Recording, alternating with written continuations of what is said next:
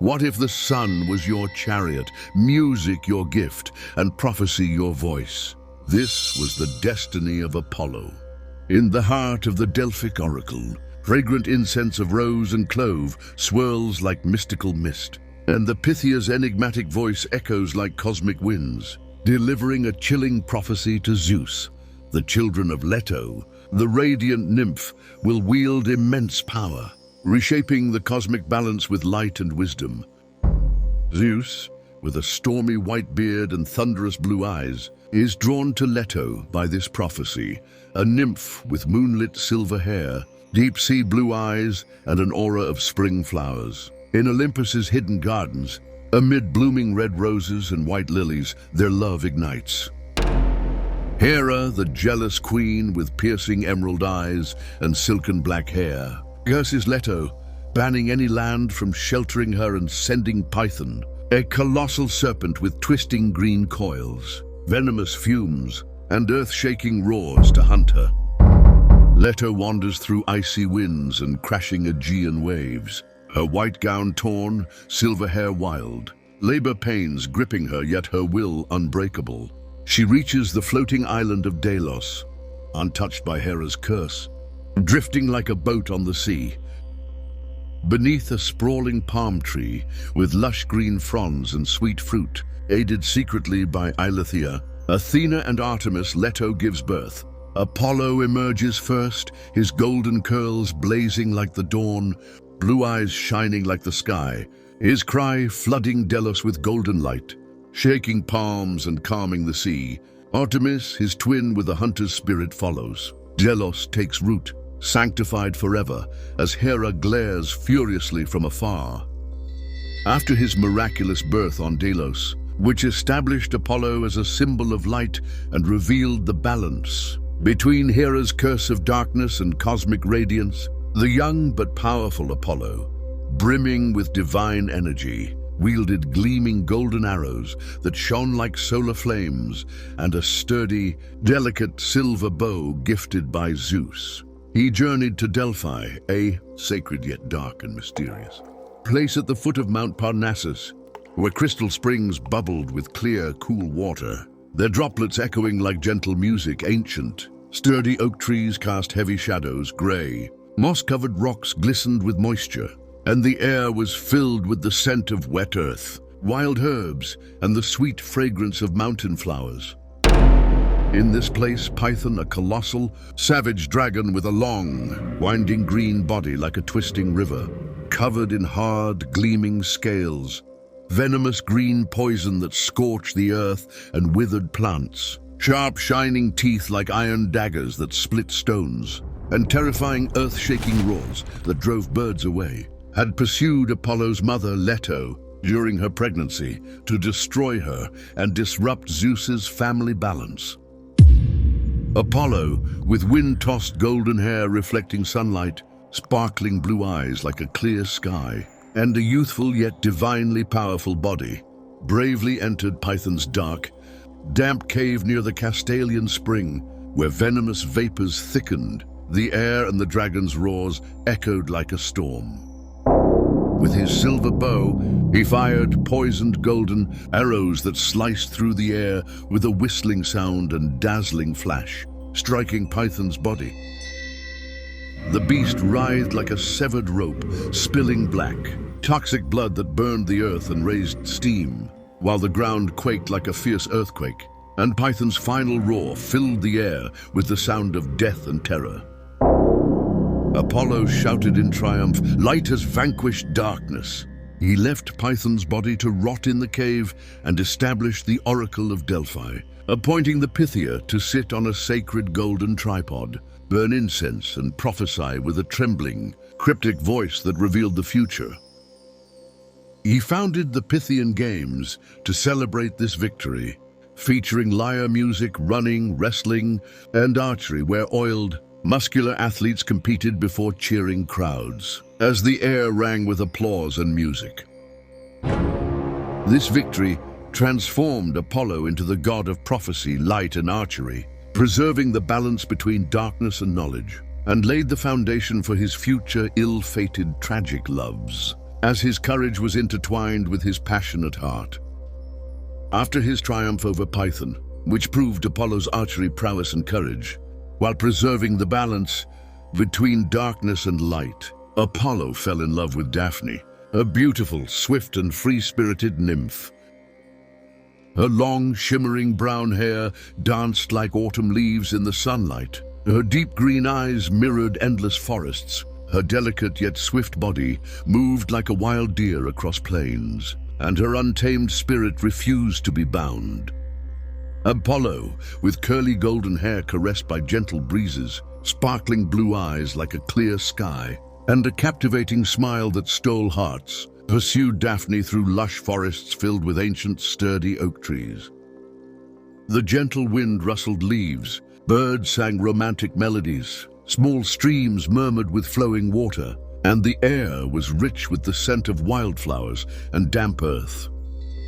Frightened by Apollo's love, for her heart craved freedom and rejected captivity, Daphne ran swiftly, her feet barely touching the ground, her hair flowing like a flag in the wind.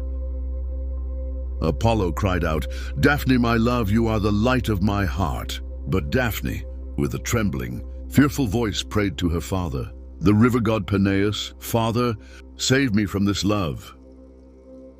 Suddenly her body stiffened. Her skin transformed into the sturdy brown bark of a laurel tree. Her hair became glossy, fragrant green leaves, and her feet turned into roots gripping the earth.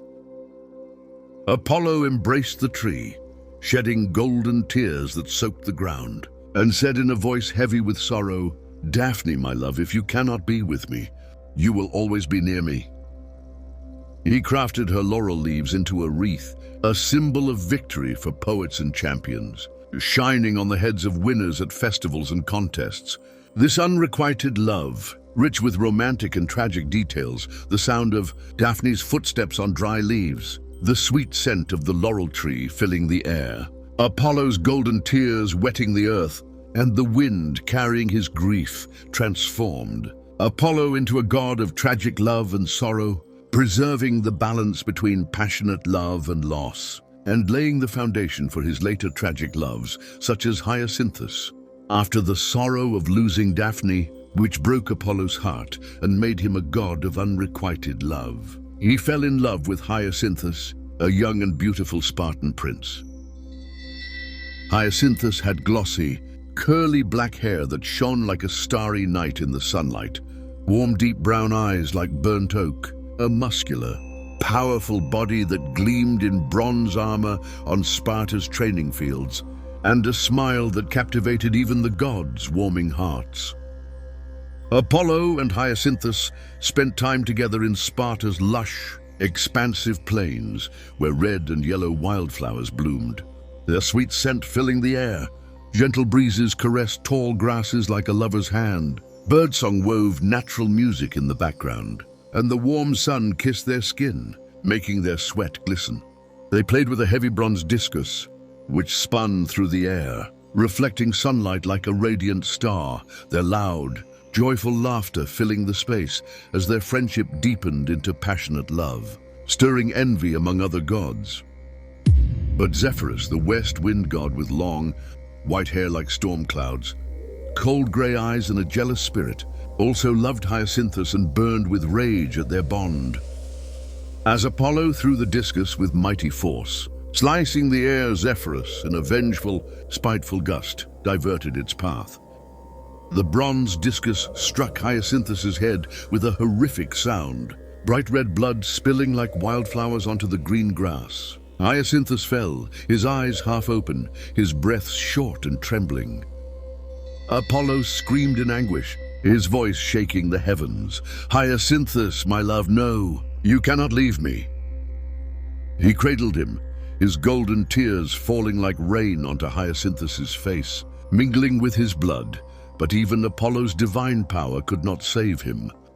Heartbroken, Apollo transformed the blood into red and purple hyacinth flowers, their sweet, mournful scent filling the plain, forever preserving Hyacinthus's name and immortalizing their love story. With a trembling, grief-stricken voice, Apollo said, You will live forever in my heart and in these green plains, Hyacinthus." This tragic death made Apollo a god of profound mourning and lost love, maintaining the balance between passionate love and painful death, and setting the stage for Cassandra's curse, as his broken heart drove him toward rage and vengeance. After the heartbreak of losing Daphne and Hyacinthus, Apollo fell in love with Cassandra, a Trojan princess. He granted her the gift of prophecy, but when she rejected his love, Apollo, in a fit of wounded pride and rage, cursed her so that, though she would see the future accurately, no one would believe her words. From then on, Cassandra cried out, warning of Troy's impending destruction, but all dismissed her as mad. Following this, a satyr named Marsyas arrogantly claimed his flute surpassed Apollo's lyre. In a musical contest, Marsyas played wild, earthy melodies, but Apollo's golden lyre enchanted the heavens and hearts, securing his victory. To punish Marsyas's audacity, Apollo bound him to a tree and flayed him alive. This event showed that Apollo held his art and divine status sacred, responding to disrespect with the harshest punishment. After the Marsyas affair, Apollo, now revered as the god of art and justice, turned his attention to mortal heroes. One such hero was Perseus, a courageous youth tasked with defeating Medusa, the fearsome Gorgon. With living snakes for hair and eyes that turned anyone to stone, Medusa was a terrifying foe, dreaded even by the gods. Apollo appeared to Perseus in a dream, his golden light illuminating the tent, and with an authoritative voice he provided guidance. He instructed Perseus to carry a bronze sword and a mirrored shield, as only the shield's reflection could protect him from Medusa's deadly gaze. Apollo's prophecy also revealed the location of Medusa's dark cave. Trusting Apollo's guidance, Perseus entered the cave. Using the shield as a mirror, he severed Medusa's head with a single strike. Black venomous blood gushed from the monster's body, and her snakes writhed in a horrific scream as they perished. This victory was made possible only through Perseus's bravery and Apollo's divine guidance. During the 10-year Trojan War, Apollo, driven by his unrequited love for Cassandra and enmity toward the Greeks, sided with the Trojans. He appeared atop Troy's marble walls alongside the armored Hector, supporting them with his silver bow. When the Greeks captured the priest Chryses, Apollo's wrath unleashed a deadly plague upon their camp with his golden arrows. Soldiers fell with fever and pain, tents plunged into darkness, and the air filled with the stench of death and the howling of dogs.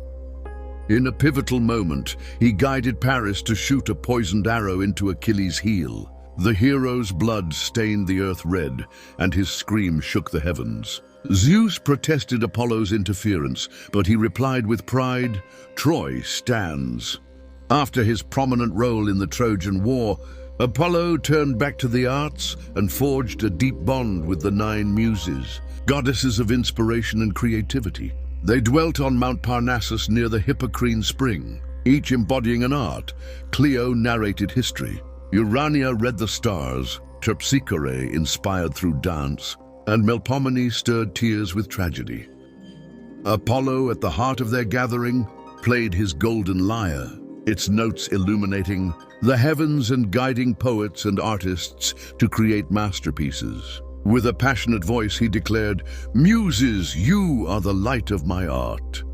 After his bond with the Muses established him as the god of art and inspiration, Apollo fell in love with Coronis, and from this love, a son named Asclepius was born, who later became the god of medicine. Asclepius grew up in the mountains of Thessaly, learning the art of healing and the use of medicinal herbs under Apollo's guidance. He healed the sick and even revived the dead, but this act enraged Zeus, who struck him with a thunderbolt to preserve the balance between life and death. Stricken with grief, Apollo honored his son, immortalizing him as the constellation Ophiuchus, the serpent-bearer in the heavens. After the death of Asclepius, Niobe, the queen of Thebes, insulted Leto with pride, boasting that her own children were superior. Apollo and Artemis, enraged, struck down all of Niobe's children with their divine arrows. Overwhelmed by grief, Niobe was turned into stone, and her endless tears flowed as an eternal spring. This tale revealed Apollo's wrath and his uncompromising sense of justice. Yet in the story of Orestes, another side of him emerged. Orestes, who had slain his mother Clytemnestra at Apollo's command, sought refuge in the temple of Delphi and prayed for the god of light's protection. Apollo shielded him with his radiant power and guided him to the court of Athens. There, with Apollo's defense and Athena's judgment, Orestes was acquitted and justice was restored. This event transformed Apollo into a god of mercy and guidance. As his worship spread, the Temple of Delphi became the greatest sacred center of Greece. Pilgrims from across the land came to hear the oracle's prophecies, fulfill their vows, and take part in the Pythian games. Apollo's symbols, the golden lyre, the laurel crown, the sun, and the owl shone in the rituals. The festivals overflowed with music, poetry, athletic contests, and the fragrance of incense and offerings. While the oracle's voice proclaimed an eternal message, the light of Apollo guides your path. This grandeur carried his worship beyond Greece and laid the foundation for his influence in Rome. After the spread of Apollo's worship throughout Greece, his influence reached Rome, where he became known as Phoebus, the god of the sun and the protector of emperors. In the magnificent Palatine temple built for him by Augustus, white marble columns and gilded decorations gleamed under the sunlight, while his colossal statue, holding a golden lyre and draped in a crimson robe, stood as a symbol of victory and the arts. Priests performed rituals with Latin hymns, incense, and roses, and grand festivals such as the Ludi Apollinares, filled with theater, music, and lavish sacrifices, immortalized his popularity. The light of Apollo never fades. If his song reached you, let your like and comment be the chorus, and subscribe to follow his sunlit path.